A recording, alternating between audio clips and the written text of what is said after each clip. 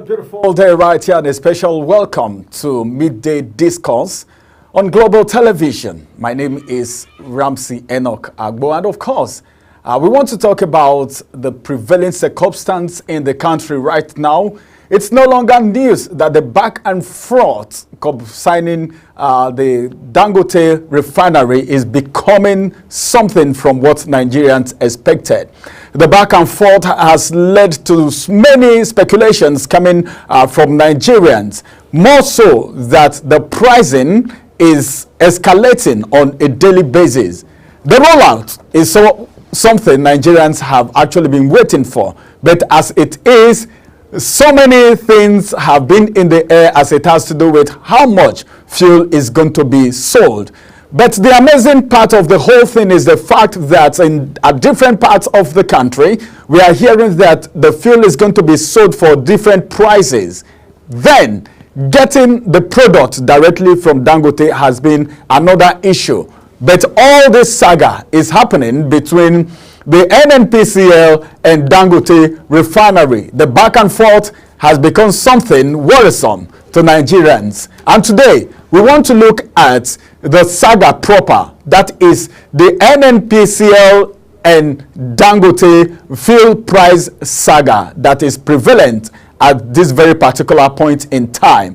And joining me on this conversation today is a mediator, a political and public affairs analyst, and of course, he is known as the voice of the common man. So common Nigerians have a voice in the studio today. He's by the name Echua Tom. Good day, Mr. Tom. A very good afternoon to you, Ramsey. And good afternoon, our viewers. I'm glad to be here. Well, it's good to have you in the studio today. We have a wonderful studio. The ambience is good. Everything is wonderful. Thank you very much. This is how the country is. Well, gradually we're getting there. But then I want to talk about the Nnpcl and Dangote fuel price saga. We call it a saga because the back and forth is something else. Before now, it was the postponement of when Dangote is going to start rolling out fuel. Right from the beginning of this Dangote refinery, it's been from one issue to the other, one story to the other. But then Nigerians were thinking that since it is something that the government couldn't do for a very long time, we have about 4 refineries in this country that are not working. Dangote refinery is now up and doing, but there is a lot of controversy surrounding the number one, the rollout of the PMS, the product. Now it is the pricing. What do you think about this whole situation? What is your thought about this situation, as it were? Well, to start with, let me first and foremost congratulate Aliko Dangote for that feat. It's not something that it's something that we should not overlook. It's not easy for a man to venture into the uncommon waters with all the shenanigans and the secrecy that characterize the oil sector in Nigeria. Having said that, I think it was supposed to be a joyous moment for Nigerians.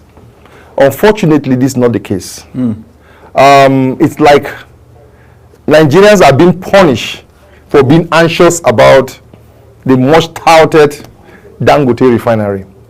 It's something that was in the air. We built our hope around it.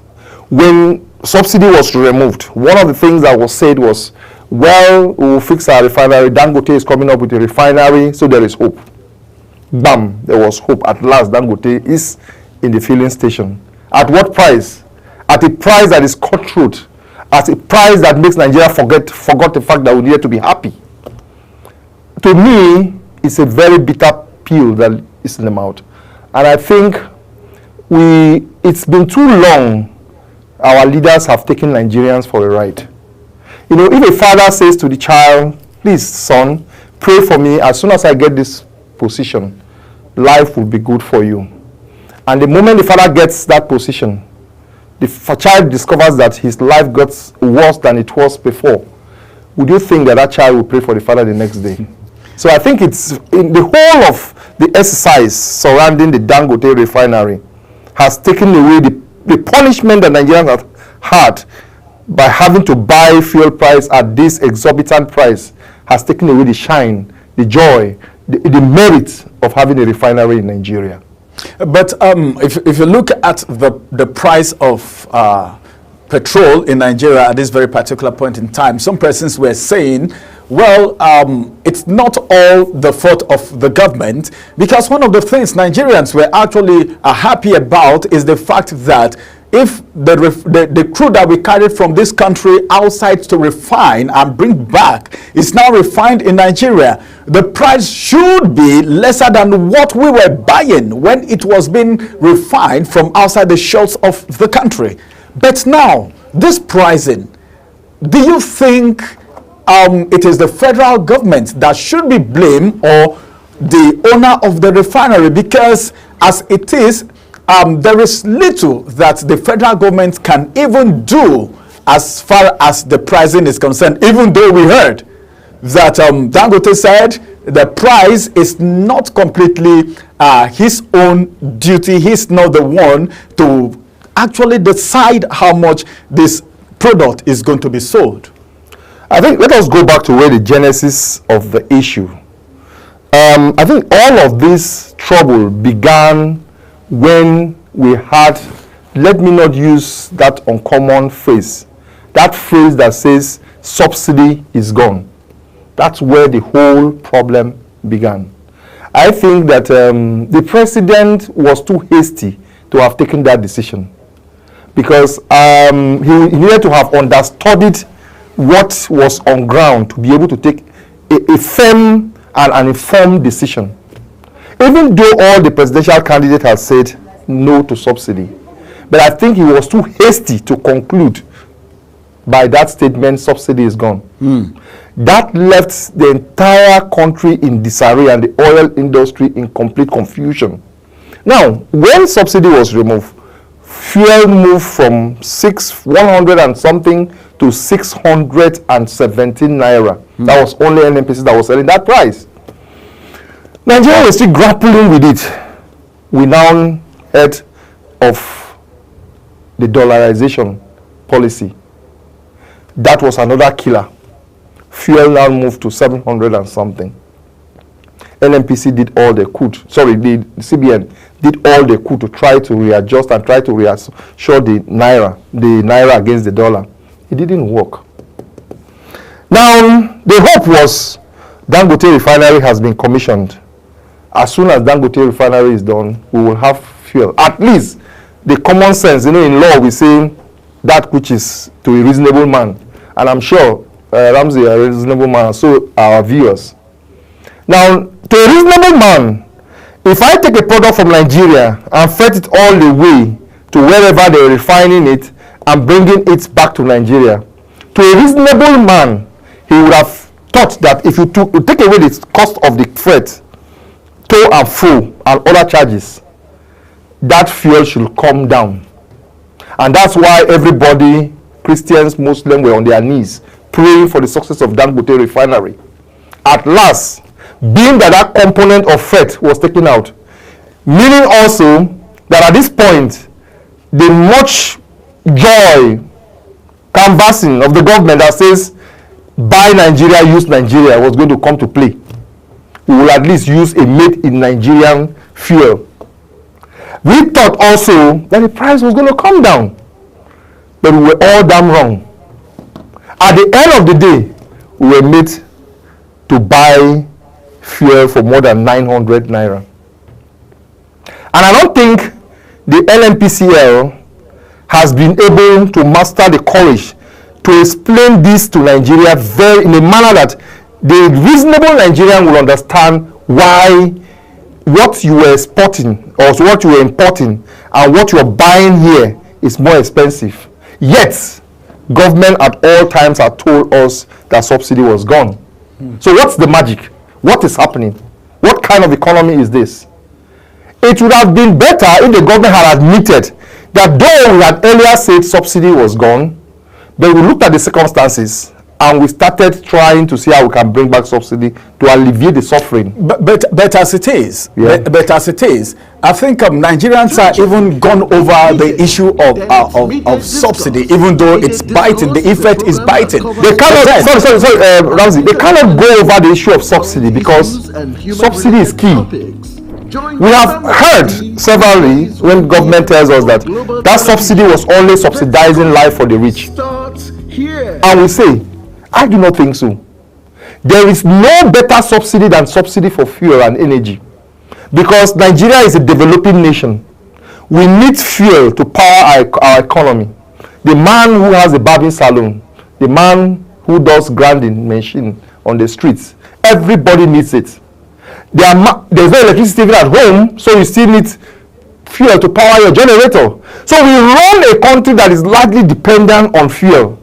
So if you subsidize that, it is far more better than subsidizing rice. It's far better than subsidizing any other sector. But I think what the president, if I could remember, one of the reasons why the president came into office and removed subsidy is because what he said is that there are some elites of elites that are behind this subsidy.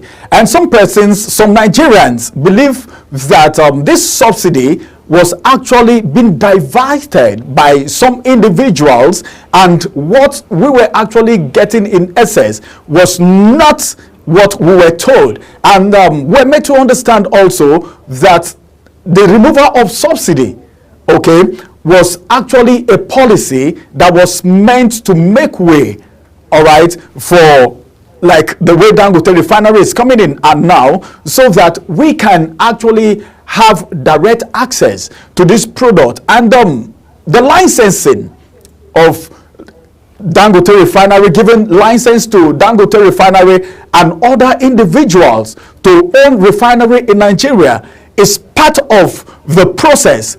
And we're made to understand that in a short while, all these things will be over. So don't you think that instead of this subsidy, which some people believe that was not really there in the first place before it was removed, instead of some persons standing in the name of subsidy to cut away the resources of the country, is it not better removed so that at least it can be channeled to other areas like we have been told by the government? Ramsey, how would you listen to this? How would it sound to you if I'm a father, and because my neighbor comes to my house to steal food, I now decide to withdraw feeding my children so that my neighbor will not have food to eat again? Does that solve the problem? That's the picture. You have, like you rightly pointed out, subsidy were going to the wrong hands, people were not coming to invest because of subsidy and all of that, and you decide now to take away that subsidy. Rather than you who have the power, we have given you power as the president of Nigeria. That is why we didn't just stop at calling you the president of Nigeria. We called you the commander-in-chief. No other office, be it military or civilian, can equate that of the president. That's the title we give the president. And then you're telling us that some people somewhere are defeating you by stealing what you ought to have been protecting. That is like self-admission of failure. For me, if I am a father and I need to deal with the issue, I deal with the thief. So that the reason why I'm a father is for my children to enjoy the benefit of me being a father. So if I must punish my father because there is a thief, then I think I'm not the right father. Okay, let me ask this. This is common in this part of the world, that whatever happens, a lot of people point the accusing finger to the president, even though the president have people who have been appointed into various offices to man and, of course, take care of certain situations. Let's come down now to the issue of petroleum. As at today in the Vanguard newspaper, we're being made to understand that there is some form of misunderstanding between Nnpcl and Dangote because of the volume of fuel, petrol, that is supposed to be disbursed to Nigeria and rolled out to Nigerians, talking about the fact that there might be shortage.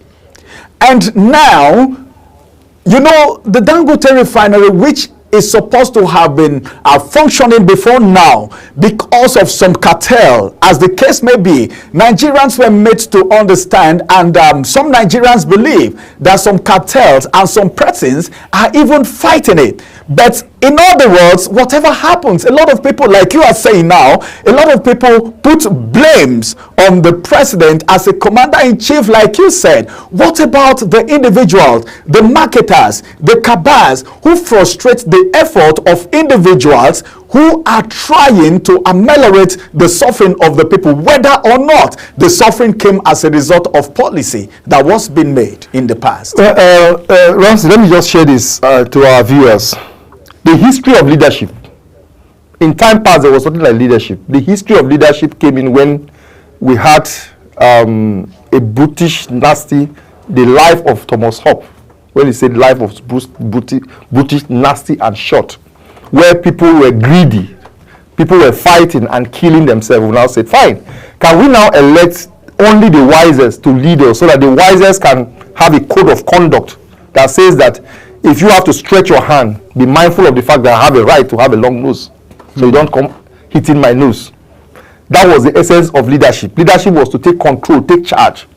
That's why you swear by the Constitution, to uphold the Constitution. You and I don't think you have ever had an opportunity of swearing to uphold the Constitution. The president did. Now, none of these entities or individuals ran for election. The president did. None of these persons is the Minister of Petroleum. The president is. So the ball stops at his desk. If he must take the glory, he must also take the blame.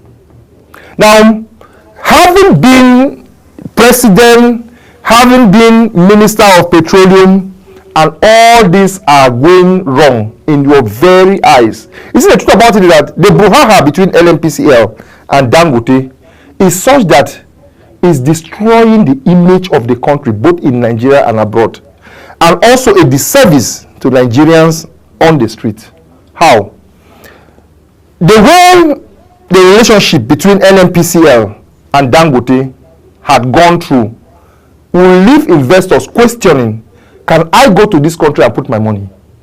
If a Dangote who is a citizen of this country can go through all, you remember prior to this unrolling of the product, you remember the brouhaha, the sulfur content of Dangote fuel is substandard and all the non. That's all the things we had. Because some persons were. This is a Dangote who is a Nigerian. Then you go out to China, you go out to the United States, you go out to Qatar, and then your sole aim of going there is to woo investors. Meanwhile, the picture, there's an adage that says, "What you ask speaks so loud that I can't hear what you're saying." The image you are giving to investors in Nigeria is nothing to write home about. That is on the part of the foreign image. Back home, we've always had government tell us, use Nigeria, made in Nigerian good, and all of that. One of the clamor is that made in Nigerian good are cheaper, so that we can conserve our resources. Again, Nigerians hope that though the price of fuel now is 617 naira, the moment our indigenous refineries now categorically, including Dangote, begin to work, the price of fuel will come down. And all of a sudden, the indigenous refinery steps up. All they get is, rather than go to the streets with palms and jubilating that at last, we will now have it. They are now grappling with having to pay over 900 naira at 617. Then you ask yourself, it would not have been better for us to keep on importing and buying at 617 than coming to buy indigenous product at that such a high price. What kind of patriotism do you expect from me? In already a battered economy that people are hardly able to feed for a day. So ask yourself this question: if you were a Nigerian, between importing fuel and buying for 617 naira and buying a made in Nigerian of refined in Nigerian fuel for over 900 naira, which will you prefer? But as it is right now, the pricing is still posing a lot of challenges. When you talk about this pricing, okay, you cannot categorically say that the fault is coming from the presidency, the government, because as it is right now, the marketers have a major role that they play. And one of the things that we have discovered when Dangote was about rolling out his product is the fact that marketers are taking advantage of so many things. These are Nigerians. These are the people very close to the average Nigerians who are feeling the heat of the whole circumstance. If you are not affected directly, your brother, your sister, your mother, someone related, associated, or connected to you is affected. So why are the marketers so bent on this pricing? Because you cannot say the price now is determined, because, okay, let me give you an instance. For instance, the petrol, now we are hearing that Dangote is going to be selling 900 and something. But don't be surprised that some filling stations, some marketers will be selling even above 1,000 naira. Now, is this still the government that is making these people put up just one pump? Okay, when they have the product, there are a lot of pumps that is supposed to dispense, but you get to a filling station, you see just one pump dispensing. Okay, just because they want to, you talk about something, selfishness and greed, because they want to satisfy their need. They want to make more profit, more product. Why is it that Nigerians take advantage of situations to punish their fellow Nigerians, even though we know that this product is key? Look at what is happening between Nnpcl and Dangote refinery right now. Now the tussle is, no, Dangote refinery cannot be enough for us. That is what they are saying. And Dangote have said, well, so far we have rolled out about 100 and something or something liters. Trucks. Okay. So looking at this whole situation, don't you think that this punishment is coming more from some Nigerians who are part and parcel of the system, instead of just looking at the government all the time? I wish I can reason like you are reasoning, but let me just give you a practical example for the purpose of our viewers. You see all these mirrors of lights that we are enjoying. Darkness will only come in when you start switching off the light. There's a natural tendency. Evil would strive when good goes to sleep. The essence of a leader is not to promote evil, but to promote good. Maybe, I don't know how when you came into Abuja, but if you notice, I think for the past 2 to 3 leaders, we have lost leadership that were pro-Nigerians, that thought about the people. How do I mean? Nnpcl were not involved in dispensing fuel to the retailers. That was the truth. Nnpcl got involved in the dispensing of fuel to retailers when Obasanjo realized that marketers were in unison against the basic government policy of protecting the interests of end users. That was when Nnpcl delved into dispensing of fuel to end users. That's when we started hearing of the mega stations. Prior to 1999, there was no mega station. Nnpcl was not involved in dispensing fuel. So government ought to be thinking of, how do I protect my people from this Shylock, from all of these marketers who are like darkness ordinarily. They will come if I go to sleep. That was how government introduced the Nnpcl. Why was the Nnpcl mega station introduced? It was introduced to ensure that between them and the ordinary marketers, they give the people the option. You now see, at every point in time, government says, okay, we have deregulated the price. But whatever it is, Nnpcl was selling at the government approved price. So at that point, marketers had a competitor. That's why I say we made quite a number of mistakes. Number one, that mistake of May 29th. Subsidy is gone. Number two, at the point where we had the PIA, that was the next mistake we made. When you give up a document of that nature that could transform entire sector and hand it over to the people who knew where the corpses were buried, you are just pouring water on the dog's body. What we ought to have done was to have flushed the entire top echelon of the operation, those in the petroleum sector, and hand over the document to a new set of people who will implement it as it is. But when you have people who have, in the old era, They know how they have manipulated it. They now give a new manuscript to work with. They will manipulate it with the trick of the old, and you will never succeed. Thirdly, another grievous mistake we made was we have not been calculative enough to understand that we need to be pro people. Crude is ours. If I have potato, Irish potato, and my children want chips, I can't fry it, and my neighbor has a frying machine. I give him potato. I say, okay, take a whole bowl of potato, fry, take half for the cost of your frying. Let me have half for my people. I think that's a better decision. That becomes a pro. At the point, I'm just wondering to myself. This morning, I was just going through petroleum pricing all over the world.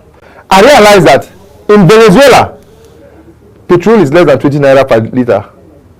In Libya, our neighbors here, it's less than 70 naira per liter. And I asked the question, how do these people do what they're doing?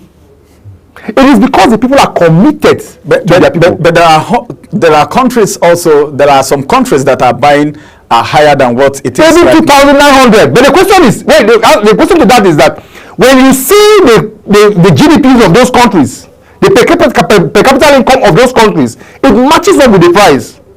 If you go to the rest of America, a liter of fuel, or a gallon of fuel, sells for over 2,000 naira.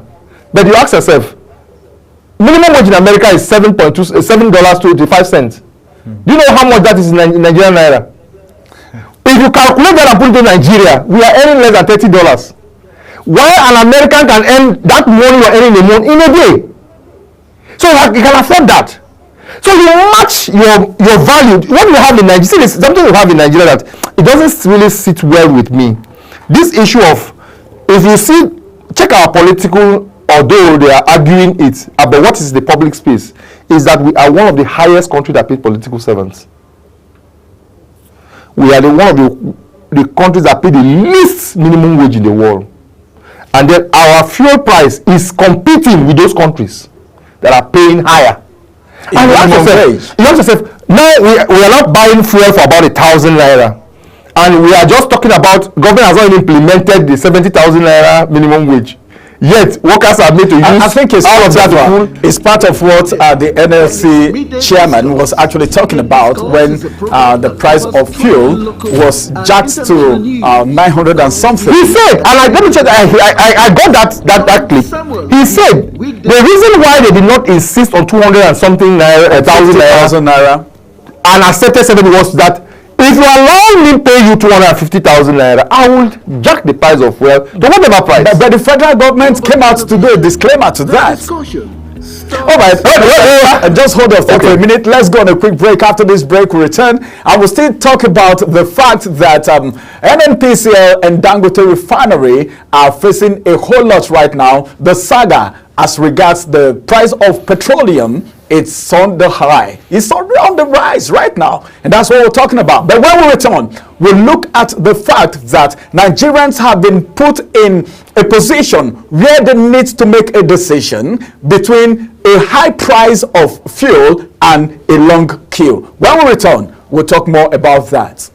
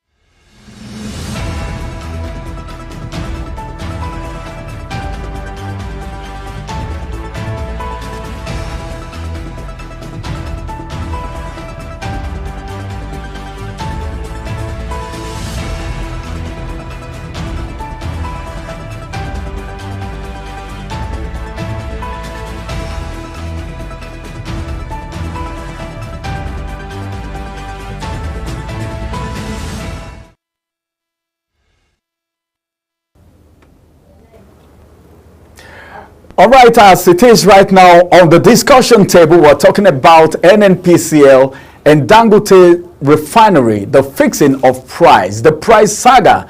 We were made to understand before Dangote started rolling out the product that the price will be fixed and determined by the federal government, which posed a lot of questions from Nigerians. Nigerians were beginning to wonder, when did government started having business in businesses, wanting investors to come invest in Nigeria, then government interference in businesses and private sectors. What we know the government to do most times is giving loan and providing enabling environment. But some persons, some Nigerians felt saying the price of petroleum, the pump price of petroleum is going to be determined by the federal government coming from Dangote is political. That's what some Nigerians believe.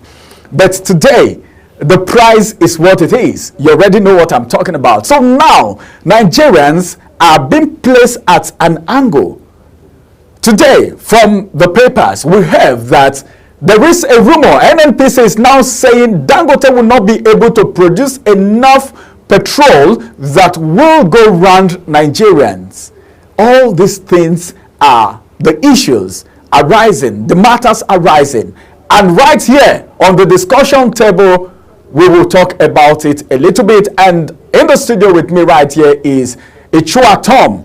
And he has been my guest. Let me ask you, Echua, how do you feel when you heard that the price of petroleum was going to be fixed by the federal government? That statement came from Dangote because already there were speculations, there were jubilations that the price of petrol was going to drop from what it was. You know why I'm laughing? I don't know. The joy, the fantasy that came with Dangote refinery, the icing in the cake was the pricing. The pricing was a key. Supply was not an issue. The pricing was an issue. If the price was low enough, Nigerians were going to hail Dangote. Whether or not the product is available. Whether it's available or not. As long as, if Dangote gets up tomorrow and say, I sell my fuel for 200 naira, I am very sure that every newspaper will be awash with Dangote praises. Now, Dangote was very smart. He knew the sensitivity of pricing and he pushed it to the government. You ask yourself the question, at what stage did government start fixing price for private businesses? Is it government that is fixing price for Dangote cement? Is it government that is fixing price for Dangote noodles and sugar? Then why is the government responsible for fixing prices of Dangote product in the refinery? That is, even if that was the case, like I said, even if that was the case, it was not for public consumption. In as much as I am aware, they would have discussed it. That would have been, all the government would have done is to say, Dangote, can we have your template of production? Let us see your pricing, let us see cost of raw material, cost of production, overheads, and all of that. And let us see your margin. Dangote will say, okay, I am expecting 850 naira. All this should have been discussed at the back end. And government will say, okay, fine, in the interest of the people, you will buy from you at negotiate on behalf of Nigerians. You have a right. If Dangote says I want to sell 800 naira, government will say we'll buy 700 naira. We start negotiating and come to a point that will give Nigerians the trust that yes, you are in their interest. Are you sure that negotiation that would have been a negotiation? But when Dangote came out to say the pricing was going to come from the government, that became the problem.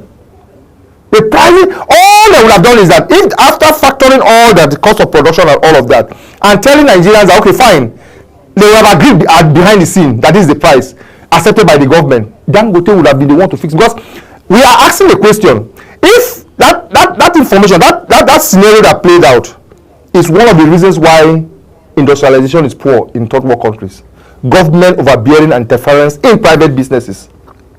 Pricing is a key factor. Why not allow? What did they tell us before? It's only the players decide. The players will decide their pricing. Is that what they say? At the point, I would have heard Nnpcl say, they shouldn't be the sole importer of fuel. People can go and import it. They don't want to go and import and sell any price want to sell. That was what we heard. Licenses were even given to private individuals. That was the case. Alongside with Dangote. So, am I going to go and import and you start fixing price for me? Do you know where I bought? Do you know how I bought? So that issue, that is scenario of pricing really left very bitter taste in our mouths. And I felt that should have not come up in any way. To be very candid with you, without missing what I think, this issue of Dangote Nnpcl is an issue that has not been handled properly at all. Oh, okay, let me ask a question now. If you're talking about pricing, we are talking about pricing now because the commodity is an essential commodity that everyone uses and also affects different sectors. Sorry, that's the only commodity that is essential. Rice is an essential commodity. Does the government fix price for rice? No, the government did something that was very unique. Or even though I have not seen it, but I've heard about it, that they sell the bag of rice for 40,000. Yeah, as against which was a good one. Or 90 something. So why can't the government not replicate that in the petroleum sector? But if we're talking about pricing now, we should know that billions of dollars was spent to put up that refinery, and this money, Dangote really need to recoup this money. We cannot recoup this money in one swap. Yeah, I know. And also the fact that we as a country have decided that we will give you crude.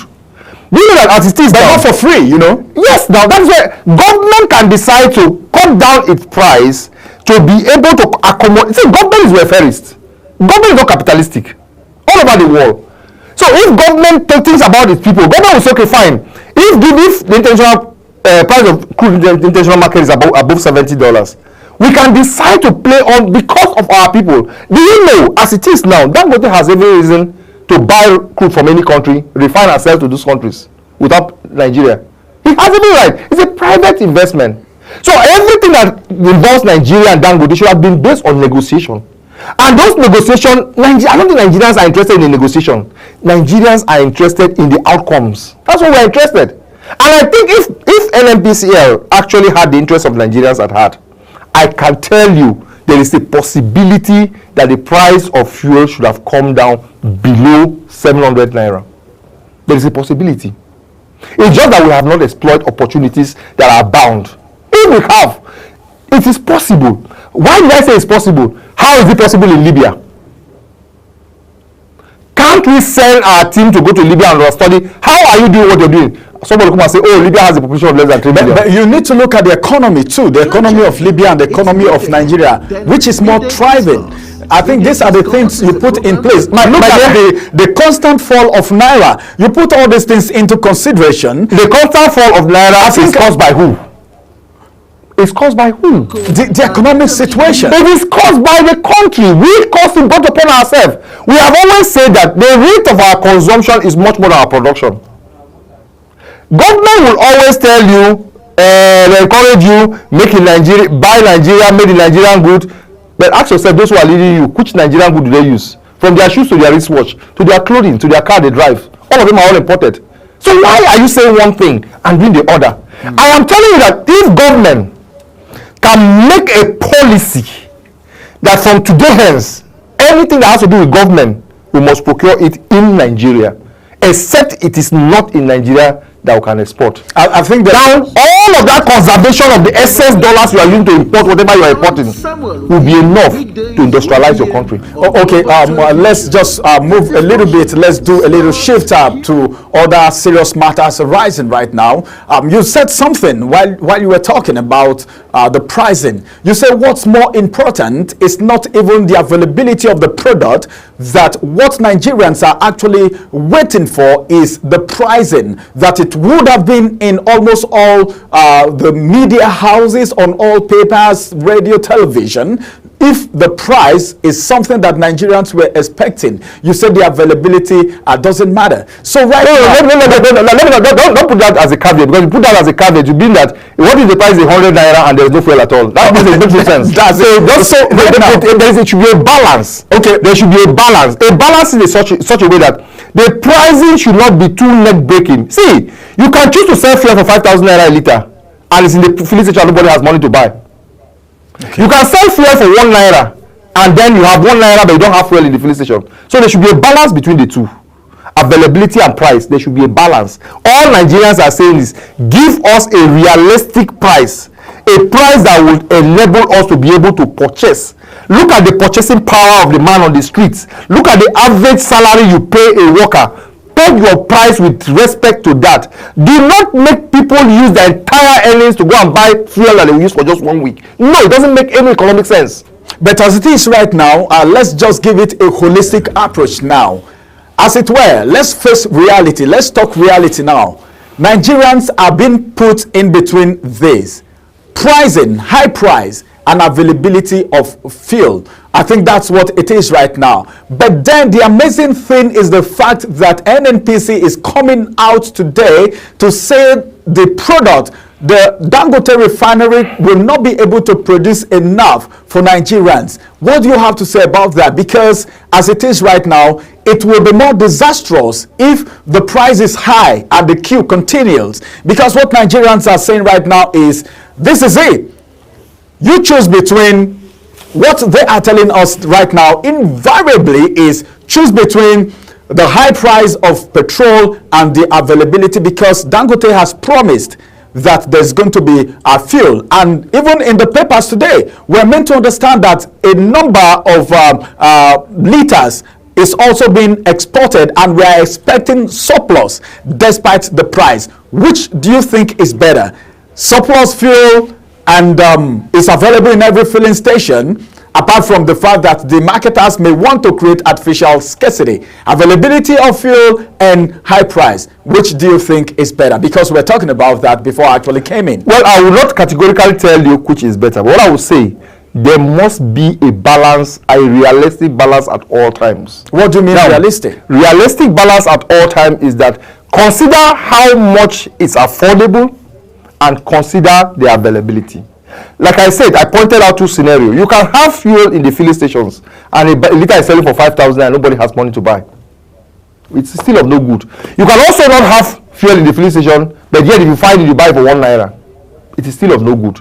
So there must be that delicate balance assessed realistically. You see, the truth about it is that I think those who are running our affairs are toiling with Nigerians. You see, there is very little. You see, Bob Marley said, you can fool some of the people sometimes, but you cannot fool all the people all the time. What Nigerians are giving them is but time. They shouldn't leverage on this time and think that Nigerians are fools. There will come a time Nigerians will not be able to take it anymore. It comes to a point, there's something called elasticity. Once you get to that point, and then when you reach that limit, you break that limit, that thing becomes of no use anymore. Government is supposed to be seen to be protective of its citizens.